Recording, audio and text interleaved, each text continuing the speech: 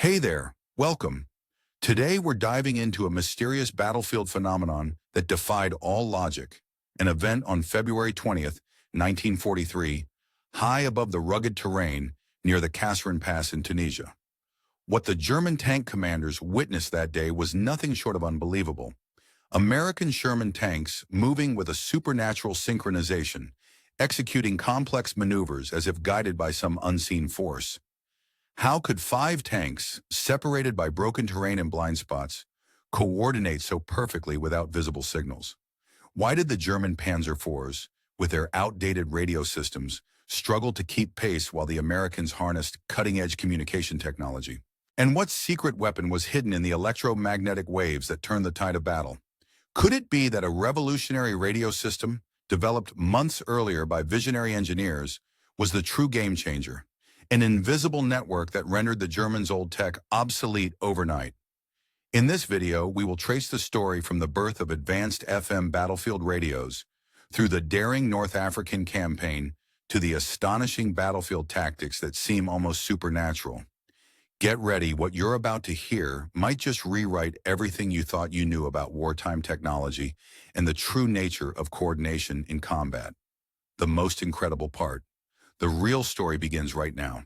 On the morning of February 20th in the year of 1943, high above the rugged terrain north of the strategic Kasserine Pass in Tunisia, a scene unfolded that would forever remain etched in the memories of those who witnessed it. It was a battle that defied conventional explanation, a moment when the reality on the battlefield surpassed the limits of standard military doctrine and tactical understanding. The report, no matter how detailed or thorough, could never fully encapsulate the extraordinary events that transpired under the harsh African sun that day. What the German tank commanders observed was nothing short of astonishing.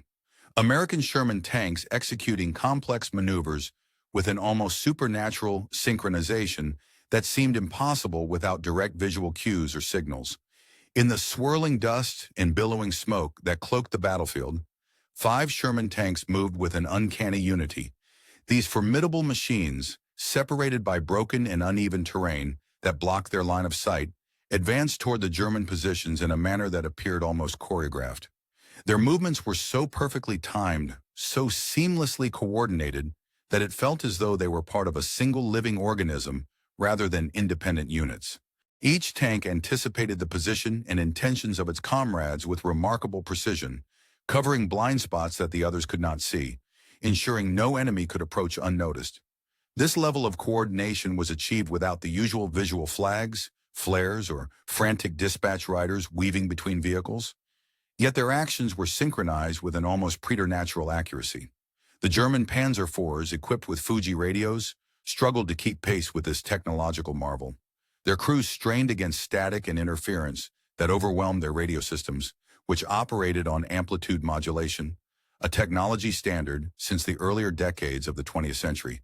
These 10-watt German transmitters, considered quite advanced for the 1930s, could barely transmit beyond a few hundred meters when tanks were in motion, a limitation that hampered effective communication on the battlefield. Most of these tanks relied solely on receivers, rendering them unable to report their observations or call for assistance when needed, thus placing them at a severe tactical disadvantage. Meanwhile, the American forces had harnessed technology that the Germans could scarcely comprehend, let alone counter. Every Sherman tank was equipped with state-of-the-art frequency modulation radios, featuring crystal-controlled accuracy that allowed for precise, reliable communication. These radios transmitted at 25 watts of power, more than double the output of the German Fuji units, and provided clarity that cut sharply through the din of engines, gunfire, and the chaos of combat. Their signals pierced the battlefield noise, enabling flawless coordination over distances reaching up to 8,000 meters from the manufacturing plants in Detroit. This technological edge was not rooted in armor thickness or gun caliber, but in the invisible electromagnetic waves that interconnected each American tank crew, creating a network of communication that the Germans had never envisioned. The transformation in battlefield tactics and technology had begun months earlier, on July 22, 1941, when the United States Army standardized the adoption of the Signal Corps radio sets, namely the SCR-508, SCR-528, and SCR-538 for all medium tanks. While German forces advanced through the Soviet Union relying heavily on radio links between command vehicles to coordinate their operations, American engineers at the Galvin Manufacturing Company, which would later be known as Motorola, worked tirelessly to perfect and implement frequency modulation technology. Their goal was to develop a communication system so advanced that it would render German radio systems obsolete almost overnight.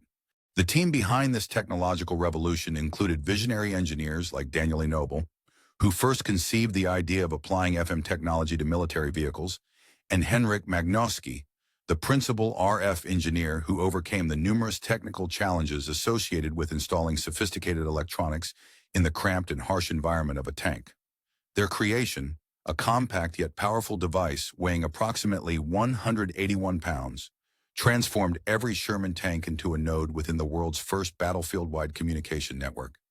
At the heart of this innovation was the BC604 transmitter, which generated 25 watts of power, more than 2.5 times what the German Fuji radios could produce. Operating across the 20 to 27.9 megahertz frequency range, the BC604 offered 10 preset channels, each crystal-controlled, to ensure unwavering stability during rapid movements and combat chaos. Complementing this was the dual BC603 receivers integrated into the STR-508 units, enabling tank commanders to monitor multiple frequencies simultaneously, an ability that proved decisive in the heat of battle, allowing them to adapt swiftly to changing circumstances and coordinate their actions with unprecedented precision. The real breakthrough lay in the implementation of frequency modulation itself. Unlike amplitude modulation systems, which were vulnerable to static and noise, FM technology transmitted clear signals by varying the frequency of the carrier wave in response to the input signal. This innovation provided a level of fidelity and resilience that was revolutionary for battlefield communication. As a result, American tank crews could maintain continuous, reliable contact over great distances, coordinating strategies and maneuvers with a level of efficiency that gave them a significant advantage over their German opponents, an advantage rooted not in firepower or armor alone, but in the unseen, yet profoundly impactful electromagnetic Strong's FM technology, a groundbreaking innovation that had been carefully licensed for military use, revolutionized battlefield communications by effectively eliminating the static and interference that had long plagued amplitude modulation AM systems. While German tank radios often struggled with static, capturing every electrical discharge as noise, American F&M radios consistently delivered clear, crisp voice transmissions, even amidst the chaos of artillery barrages. This technological leap allowed American forces to maintain sharp and reliable communication channels, which became a critical strategic advantage during intense combat situations. On the 8th of November in the year of 1942, the Allied operation known as Torch marked a significant turning point as American armored divisions made their landing in North Africa. Among the units participating in this operation was the 2nd Armored Division, which deployed tanks equipped with SCR-508 radios, an advanced communication system that would soon prove superior to the German counterparts. These radios showcased their effectiveness during the campaign, demonstrating a clear edge over German communications technology and contributing to the success of American armored operations. Despite being the most seasoned armored force within the Wehrmacht, the Afrika Korps faced considerable challenges in maintaining effective communication. Standard German tank formations typically consisted of a platoon of 5 vehicles, but only 1 or 2 of these tanks were equipped with full FUG-5 transceivers, capable of both transmitting and receiving signals. The rest of the tanks in the platoon were fitted solely with FUG-2 radios that could receive commands but lacked the ability to send responses or relay enemy positions. This created a significant communication gap, as the German tank platoon's operations depended heavily on a rigid hierarchy. The platoon leader issued orders that were acknowledged through coordinated actions rather than verbal confirmation, which relied heavily on visual cues. When command tanks, easily recognizable by their multiple antennas, were destroyed, often a common occurrence, the entire platoon would swiftly lose its coordination, leaving the remaining vehicles without a clear chain of command. This vulnerability in communication could have disastrous consequences during combat. It was a flaw that American tanks, equipped with more sophisticated and fully capable radios, could exploit.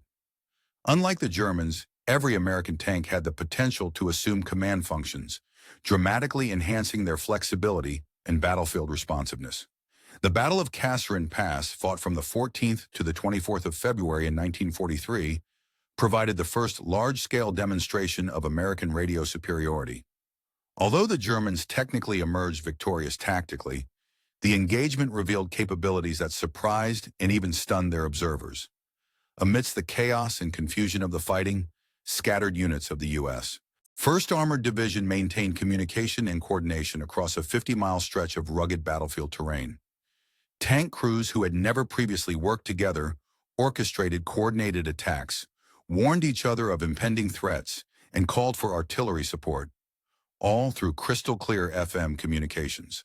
The clarity and reliability of these transmissions gave American forces a tactical edge that was impossible to ignore.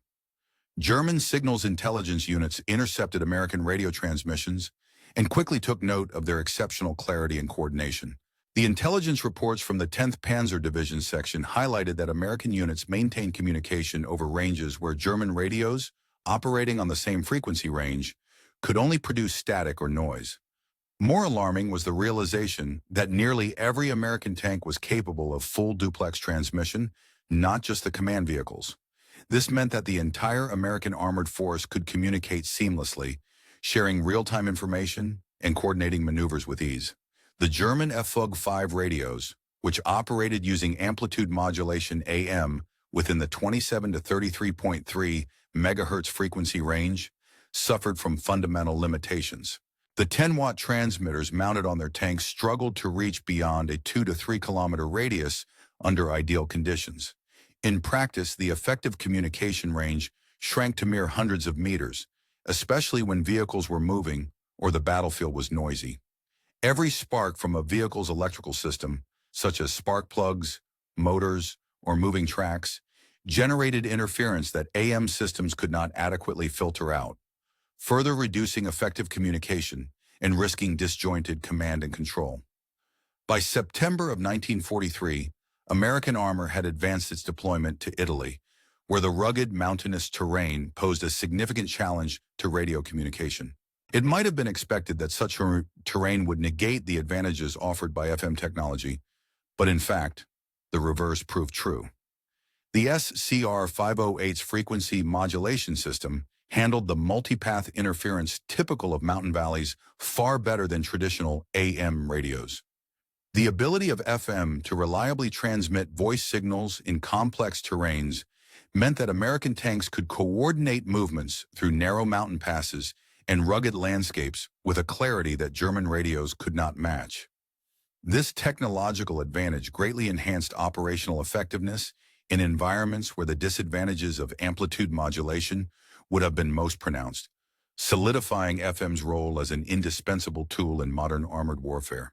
In the rugged terrains where the landscape proved too challenging for visual signals, and the advancing German forces experienced complete radio failure during their push toward Cassino, the resilience and adaptability of the American armored units shone through, showcasing capabilities that left their German counterparts struggling to comprehend. These American tank platoons, often separated by ridgelines or other natural obstacles, managed to execute coordinated assaults with a level of precision that, according to German military doctrine, would normally necessitate direct visual contact, a feat that seemed almost impossible given the difficult terrain and the limitations of the time. The after-action reports from the 1st Armored Division vividly described how their units maintained seamless coordination across distances where German radios merely emitted static, highlighting a significant technological and tactical advantage. On the historic day of June 6, 1944, as Sherman tanks disembarked from landing craft onto the beaches of Normandy, their SCR-508 radios kept continuous contact with naval fire support ships, facilitating a level of coordination that German technological standards could not achieve. However, the brutal hedgerow fighting of Normandy uncovered a critical flaw within the Allied communication network. While tank crews relied heavily on their radio systems, they faced a severe limitation. Their radios could not communicate with infantry units because they operated on incompatible frequencies. The infantry's SCR-300 radios functioned within the 40 to 48 megahertz frequency range, whereas the tank's radios operated between 20 and 27.9 megahertz, making direct communication impossible in many critical moments. This communication gap proved deadly in the Baie de la Seine region, where German infantry equipped with Panzerfuchs could stealthily approach American tanks, often while the nearby infantry units had no means to warn or coordinate with them, leading to dangerous and costly encounters. Recognizing this urgent problem, American engineers and tacticians swiftly devised a solution within just a few weeks. They installed EE-8 field telephones inside ammunition boxes, welded onto the exterior of tanks, wiring them directly into the internal communication systems. This simple yet effective modification significantly enhanced the flow of information between tank crews and infantry units, marking a breakthrough in battlefield communications. By late July, during the pivotal Operation Cobra, this innovation had begun to demonstrate its profound impact on combat effectiveness. The modification transformed the relationship between tank and infantry units, enabling more synchronized and coordinated operations. From July 25 to 31, 1944, Operation Cobra vividly showcased the immense potential of American radio superiority. Under the command of Major General Edward H. Brooks, the 2nd Armored Division coordinated over 200 Sherman tanks utilizing advanced radio networks that allowed for extraordinary levels of battlefield control. The German defenders, notably those from the Panzerlehr Division, once regarded as Germany's most formidable armored unit, faced an adversary that seemed almost to possess supernatural awareness of their movements. American tanks responded instantly to threats assessed by units miles away, and artillery strikes, coordinated through tank radios, arrived within minutes of target identification, effectively neutralizing German resistance. The disparity between the two sides was stark and telling. The Panzerlehr Division, which had epitomized German armored prowess, had been decimated into a state of technological and communicational impoverishment. Many German tanks operated without radios altogether, relying solely on visual signals to communicate, a method profoundly hampered by the terrain, which rarely allowed visibility beyond 100 meters. The radios that did function were plagued by interference and limited range, crippling their ability to coordinate movements or respond swiftly to battlefield developments. This irony was especially poignant considering Germany's pioneering role in radio technology in armored warfare. The architect of Blitzkrieg, Heinz Guderian, had long championed the importance of radio equipment in tanks from the 1920s onward. His influential 1937 publication, Achtung Panzer, underscored the vital role of communication in armored operations, emphasizing that rapid, reliable radio links were essential for successful coordination on the battlefield. Guderian had developed sophisticated radio communication systems that allowed tank officers to coordinate attacks with precision, recognizing early on that reliable communication was as crucial as armor or firepower in modern warfare. Despite his foresight, by 1943 the reality on the ground was grim. German production capabilities could not keep pace with the demand for radios compatible with their tanks. According to official production statistics, in the year of 1943, Germany manufactured approximately 5,700 medium tanks, but fewer than 2,000 of these were equipped with the FUG transceivers, a vital component for effective radio communication in armored units. This shortfall in radio equipment was not merely a logistical issue, but a strategic deficiency that hampered German armored operations and contributed significantly to the Allied dominance on the battlefield. It underscored a paradox. A nation that had pioneered radio use in armored warfare and recognized its importance in doctrine was ultimately unable to equip its tanks adequately, leading to a critical gap in command, control, and battlefield coordination during some of the most pivotal moments of the conflict. During the early stages of the conflict, a significant portion of radio equipment was diverted from regular tank units and command vehicles to support assault guns and specialized command vehicles. This redistribution left the standard tank units desperately lacking in reliable communication tools. The Soviet tank forces, in particular, found themselves in a far more dire situation, suffering from a severe shortage of communication devices. Despite the T-34 being the most widely produced tank among Allied forces, it was frequently dispatched into combat zones entirely without radio equipment. Soviet military doctrine at the time heavily depended on visual signals such as flags and prearranged plans devised before battle, which proved to be catastrophically ineffective when faced with the well-coordinated German forces in the year 1941. By the year 1943, the situation began to improve somewhat, thanks to the aid of Lend-Lease supplies. American radios, including the widely used SCR-508 sets, were supplied to equip Soviet command tanks, providing a crucial boost in communication capabilities.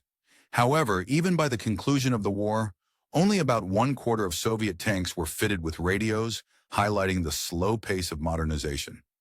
In stark contrast, the United States had achieved a complete 100% deployment of advanced radio systems across its armored forces. This stark comparison underscored a remarkable American industrial achievement. The Chicago-based factory of Motorola became a symbol of American wartime mobilization at its peak. Prior to the war, this factory primarily produced consumer car radios, but the demands of the conflict prompted a complete overhaul of its manufacturing processes, alongside the technical challenge of developing highly sophisticated military-grade radio equipment. The production of the SCR-508 radio sets exemplified this industrial feat. Each unit required the assembly of nearly 3,000 individual components, all manufactured to precise, exacting standards. The BC-604 transmitter, a key component of the system, contained close to 500 capacitors and several hundred resistors, all meticulously assembled. Crystal oscillators, vital for maintaining frequency stability, had to perform reliably under extreme temperature fluctuations and during the vibrations of combat conditions. The impressive manufacturing statistics illustrated the scale of American industrial effort. In 1942, approximately 3,800 SCR-508 radios were produced. This number almost tripled to over 11,000 units in 1943 and soared to around 24,000 units in 1944. Over the entire war, the production of tank radio sets exceeded 50,000 units, ensuring that every one of the 49,124 Sherman tanks built during the conflict was equipped with sophisticated radio communication systems, a feat unmatched by any other nation. The advantages of the SCR-508 extended well beyond its basic function of frequency modulation. Its crystal-controlled frequency stability meant that tank crews could preset their communication channels before engaging in combat and rely on these settings to remain accurate despite the challenging conditions of the battlefield. Unlike German FUG-5 radios, which employed variable capacitor tuning and were prone to drifting off frequency, the American systems maintained precise alignment. Furthermore, the SCR-508 featured a dual receiver configuration, allowing commanders to monitor both their platoon net and the broader company command net simultaneously. This capability facilitated rapid, uninterrupted command flow, enabling orders to be transmitted instantaneously down the chain of command, while commanders retained real-time awareness of subordinate unit statuses. The integration of the BC-606 intercom system with the radio equipment further enhanced battlefield communication. This system allowed all crew members to communicate effortlessly, alerting the commander to emerging threats or tactical situations. The use of throat microphones and noise-canceling headphones ensured clear, intelligible conversation even amidst the chaos and noise of combat. Many German tanks, in comparison, lacked any form of intercom system altogether, forcing crews to rely on touch signals or shouting to communicate, a much less effective method that could easily lead to misunderstandings or delays. Another significant American advantage was in power management. The SCR-508 radios could operate on either 12 or 24 volts, automatically adjusting to the available power source. The power supply was based on a dynamo motor, which provided a stable, filtered current that minimized electrical interference. This stability was crucial, as electrical noise could easily disrupt communications. In contrast, many German radios were powered directly from the vehicle's electrical system, which often generated static and interference, impairing effective communication during critical moments. Overall, the widespread deployment of radio systems across American armored units radically transformed their tactical approach. The ability to maintain continuous, reliable communication gave American armored divisions a decisive advantage. This technological superiority fostered more flexible, responsive command structures and enabled the coordination of complex, fast-moving task forces. It fundamentally changed armored warfare by making real-time command and control both feasible and effective, giving the United States a significant edge on the battlefield. In military operations that required pinpoint precision and swift execution, the importance of reliable, real-time communication could not be overstated. American military commanders, recognizing this critical necessity, developed an innovative approach that allowed them to assemble flexible, temporary battle groups composed of various units on the fly. These ad hoc formations were built with confidence, knowing that their communication systems, specifically compatible radio sets, would enable seamless coordination among disparate units. This capacity for rapid reorganization and synchronized action was a stark contrast to the more rigid organizational structures traditionally employed by their opponents. Such adaptability and fluidity in command and control perplexed German military leaders, who were accustomed to strict hierarchies and limited communication channels. The Germans operated within a framework that depended heavily on fixed lines of command and visual signals, which constrained their tactical flexibility. In contrast, American forces leveraged their advanced radio communication networks to orchestrate complex battlefield maneuvers with a level of agility that the Germans found difficult to counter. One of the most illustrative examples of this technological edge came during the Battle of Ericourt in September of 1944. At that time, the 4th Armored Division faced off against multiple German panzer brigades, which were equipped with the formidable Panther tanks, known for their superior armor and firepower. Despite the Germans' technological advantages in tank design and weaponry, the American reliance on robust radio coordination proved decisive.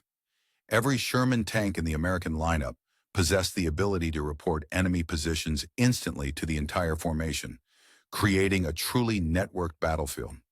This meant that tank destroyers, which often operated beyond visual range, could receive targeting information directly from tanks that had sighted the enemy firsthand, significantly increasing their lethality.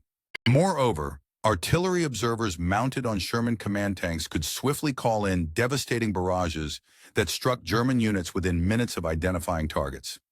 Over the course of just 3 weeks, this effective communication strategy resulted in the destruction of approximately 281 German armored vehicles, while American forces lost only around 41 Shermans. This yielded an astonishing 7-to-1 kill ratio, an achievement that defied the technical specifications and expected performance of their equipment, highlighting the power of superior coordination and communication. Throughout the entirety of the war, however, German intelligence agencies failed to fully grasp the significance of the American advantage in battlefield communication.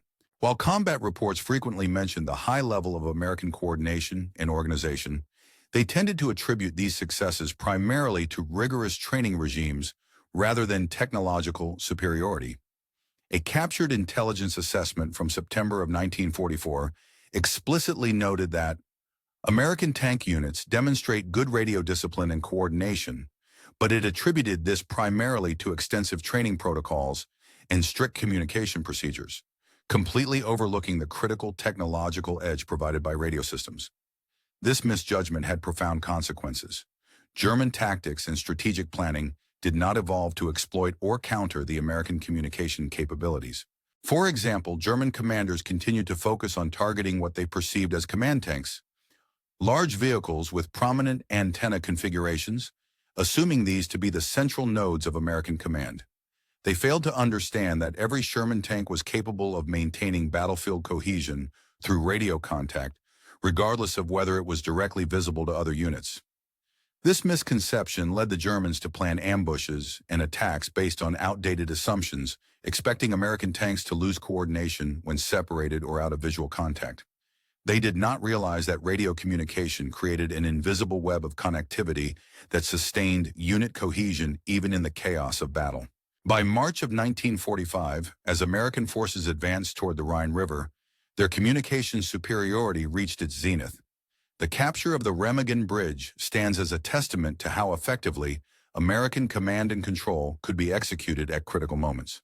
When the Ninth Armored Division discovered that the Ludendorff Bridge remained intact, radio reports were transmitted to First Army headquarters within mere minutes.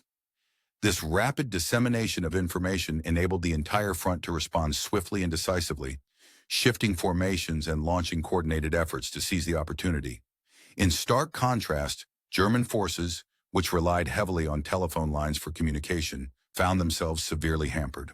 American aircraft systematically targeted and destroyed these lines, rendering them unusable and preventing quick, coordinated responses. The American advantage in radio coordination created a formidable, almost impenetrable defense of the bridgehead. Different tank platoons from various battalions integrated seamlessly, coordinating their firepower through reliable radio networks. Meanwhile, German counterattacks hampered by communication failures arrived piecemeal and were easily destroyed in detail. By April of 1945, the culmination of American communications superiority was vividly demonstrated during the encirclement of the Ruhr Pocket, a significant strategic victory in the Western Front. American armored columns from the 1st and 9th Armies executed a masterful double envelopment, one of the most complex tactical maneuvers, entirely through radio communications. Inside this encircled pocket, approximately 325,000 German troops found themselves trapped with no effective means to coordinate their defenses or organize counterattacks, due to the disrupted state of their communication lines. This commanding use of radio technology gave the Americans a decisive advantage. During the final phases of the conflict, German forces found themselves increasingly isolated on the battlefield, primarily because their lines of communication had effectively disintegrated. This breakdown was not accidental, but was systematically engineered by American fighter bombers, which, guided by radio-equipped forward air controllers, relentlessly targeted and destroyed critical German communication nodes. As a consequence, units of the Wehrmacht, particularly those within the Wehrmacht, lost contact both with their higher command structures and with neighboring units. The loss of real-time communication severely hampered coordinated efforts, leaving many German formations fighting in a disjointed manner despite their ongoing combat efforts. The situation became painfully clear through the final messages transmitted by Field Marshal Walter Model before his units could no longer sustain communication. His last communiques vividly reflected the dire straits of the German troops. There was no contact with adjacent units, no connection with command centers, and yet, despite the chaos, the fighting persisted. However, without the ability to coordinate, the German forces could only operate in individual pockets of resistance, unable to synchronize their efforts on a larger scale. This breakdown in communication greatly diminished their strategic effectiveness and illustrated the critical importance of reliable radio networks in modern warfare. The superiority of American radio technology during this period had a profound psychological impact on the soldiers engaged in tank battles. American crews fought with the confidence that they were never truly alone in the chaos of combat because they remained connected through continuous radio communication. This sense of constant contact fostered a collective resilience, allowing them to respond swiftly to changing battlefield conditions and coordinate their actions seamlessly. Conversely, German tank crews faced the stark reality of profound isolation. Without reliable communication, they had to rely solely on their immediate sight and instinct, often fighting individual skirmishes within larger engagements without the benefit of coordinated strategy. Otto Carrerius, one of Germany's most accomplished tank commanders, recounts these challenges in his memoir, Sur Tigers in the Mud. While his focus was primarily on tactical difficulties, he also acknowledged the severe limitations imposed by inadequate communication systems. These technical deficiencies were not merely inconveniences. They had strategic implications that reached far beyond isolated battles. The American advances in radio technology during the years of 1944 and 1945 allowed their forces to maintain a remarkable tempo, partly because of their ability to coordinate seamlessly through radio networks that German forces could not match. The rapid advance of the U.S. Third Army across France, often called the Race Across France, was heavily reliant on extensive radio networks that maintained command and control over vast distances spanning hundreds of miles. These networks enabled rapid troop movements, coordinated attacks, and flexible responses to battlefield developments. German commanders, however, consistently underestimated the scale of American technological superiority because they simply could not comprehend the extent to which American radio systems outstripped their own in terms of capability and reliability. Heinz Guderian, serving as the Inspector General of Armored Units, recognized the severity of the problem but was unable to rectify it fully. In a memorandum written in December of 1944, he explicitly acknowledged that American radio coordination effectively negated many of the advantages that German tanks traditionally held in terms of quality and firepower. This acknowledgement underscored the strategic importance of effective communication systems, which had become a decisive factor in the Allied victory. Following Germany's surrender, American technical intelligence teams undertook a comprehensive evaluation of German military equipment, including tanks and communication systems. Their findings supported the conclusions drawn from combat experiences. Although German tanks often had superior armor and firepower, their communications technology was woefully outdated and inferior. A U.S. Army technical intelligence report, numbered 176, revealed that German tank communications equipment lagged behind American systems by roughly 5 years. This technological gap was primarily due to the absence of modern features such as frequency modulation, limited radio distribution, and poor electrical suppression measures, all of which created critical vulnerabilities in German communications.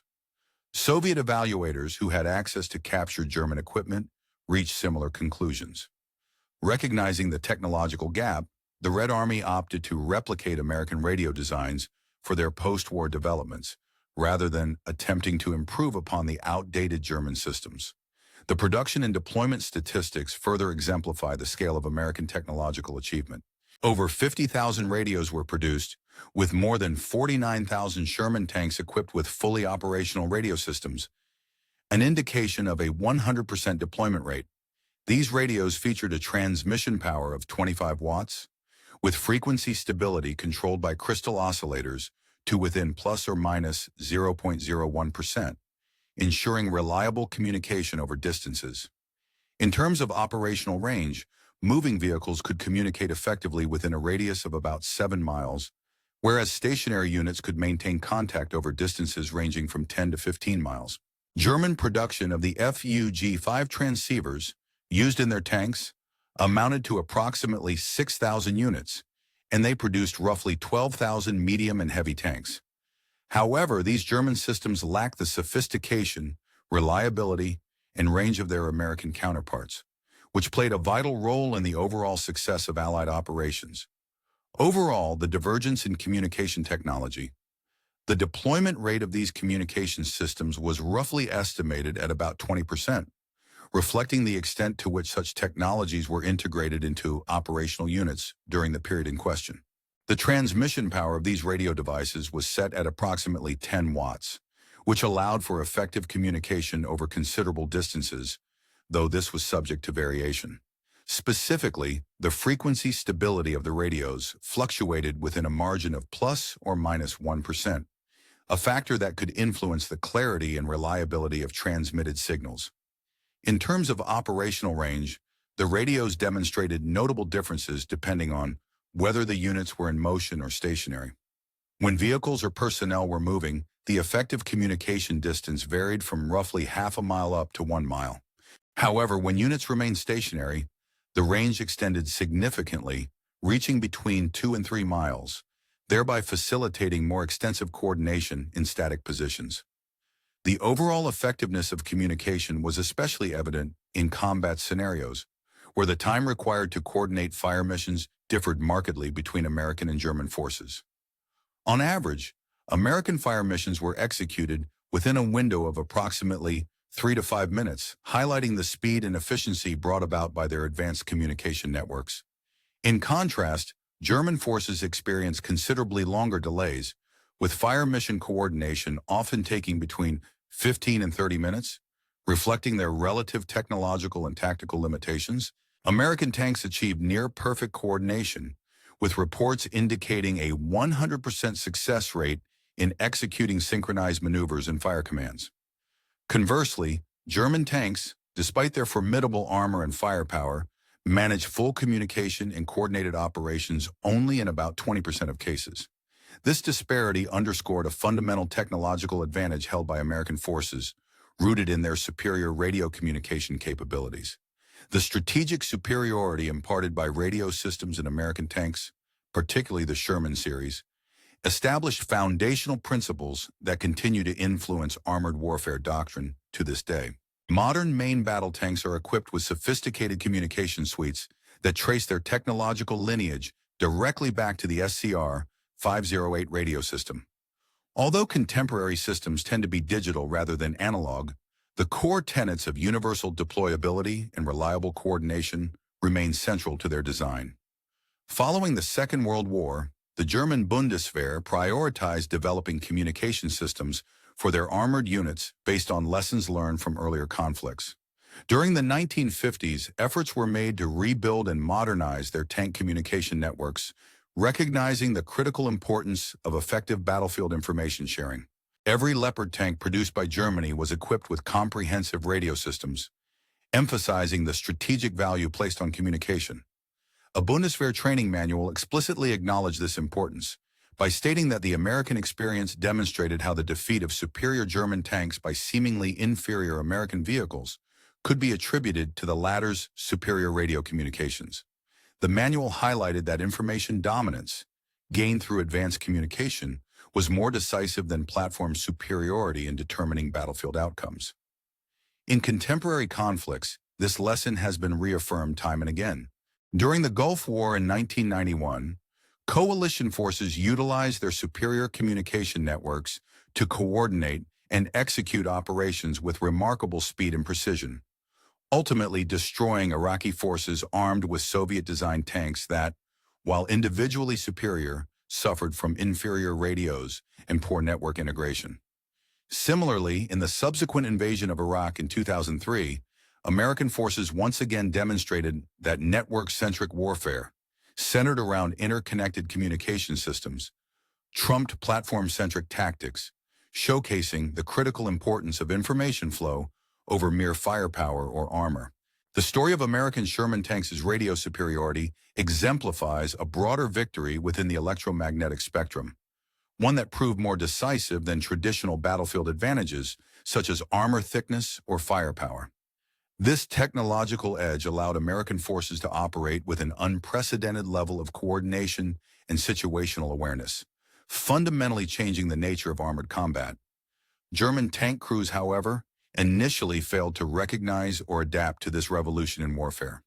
They fought their battles somewhat blindly, unaware that each Sherman tank was not merely a fighting vehicle, but also a crucial node within what could be considered the world's first battlefield network. The integration of the SCR-508 radio transformed the Sherman from an adequate medium tank into a vital component of a comprehensive weapon system that interconnected all American tanks on the battlefield. This transformation proved to be more impactful than any incremental improvements in armor or weaponry could have been. Each Sherman was equipped with approximately 181 pounds of radio equipment, not just to operate the vehicle's 75mm gun or to feature sloped armor, but to facilitate instant communication with every other American tank in the combat zone. This network of interconnected vehicles created a form of collective intelligence, a shared battlefield awareness that no individual German tank, regardless of its armor superiority or firepower, could match. The Germans discovered this reality painfully through bitter experience in various theaters of war. On the mountains of Italy at Caserene Pass, across the hedgerows of France, and in the final battles in Germany, American tanks demonstrated a level of coordination previously thought impossible without direct visual contact, something German doctrine had long considered essential. The Germans, throughout these encounters, struggled to develop an effective counter because they failed to fully comprehend the technological gap in communication capabilities. A notable comment, attributed to Field Marshal Wilhelm Keitel at the time, the deployment of over 49,324 tanks within the globe's pioneering armored battlefield network marked a pivotal milestone in military history. This technological revolution in warfare, often associated with contemporary network-centric strategies, traces its roots back to the year 1942. It was during this period that the first Sherman tank equipped with an SCR-508 radio communication device entered combat, initiating a profound shift in the nature of warfare itself. From that moment forward, the character of armed conflict was irrevocably transformed. It became increasingly evident that victory on the battlefield would hinge less on the raw firepower or armor of individual vehicles and more on superior communication and coordination among units. Essentially, the side that mastered the art of networked information exchange would secure triumph over the opponent armed with more formidable weapons alone. In this new paradigm, the network itself would triumph over individual platforms, and interconnected forces would surpass those that remained isolated and disconnected. This seismic change in warfare unfolded largely under the radar of German military awareness. While German forces could perceive the American tactical edge during encounters on the battlefield, they failed to grasp the underlying technological foundation that fueled this advantage, an oversight that proved critical. It was only much later, and after countless engagements, that German commanders recognized that every Sherman tank was equipped with communication capabilities that most German tanks lacked. By then, the strategic outcome of the war had already been heavily influenced, if not entirely decided, by this technological disparity. The Germans' inability to comprehend or adapt to the significance of American communication superiority represents one of the most significant intelligence failures in the history of World War II. Despite numerous battles demonstrating the American advantages in coordination, German leadership persistently neglected to prioritize rectifying their critical communication deficiencies. Instead of investing in enhancing their own networked capabilities, they continued to produce and deploy tanks that, while possibly superior in armor or firepower, operated largely as isolated units. Conversely, the Americans focused on developing tanks that, even if not always the most heavily armed or armored, fought effectively as cohesive, synchronized teams. This strategic discrepancy underscored the fundamental difference. The American emphasis on integrated communication and coordination created a battlefield advantage that was as decisive as any technological superiority in weaponry. Ultimately, it was the electromagnetic waves transmitted by SCR 508 radios that proved to be more influential than the most advanced German armor-piercing rounds, such as those fired by the formidable 88mm guns. The ability to coordinate in real time, share vital information instantly, and enact unified tactical responses proved to be a force multiplier of unparalleled importance. This capability enabled forces to act as a single, cohesive entity rather than a collection of individual vehicles operating in isolation. In essence, this invisible technological advantage, the mastery of communication, determined the outcome of battles more reliably than any visible display of offensive power or defensive armor.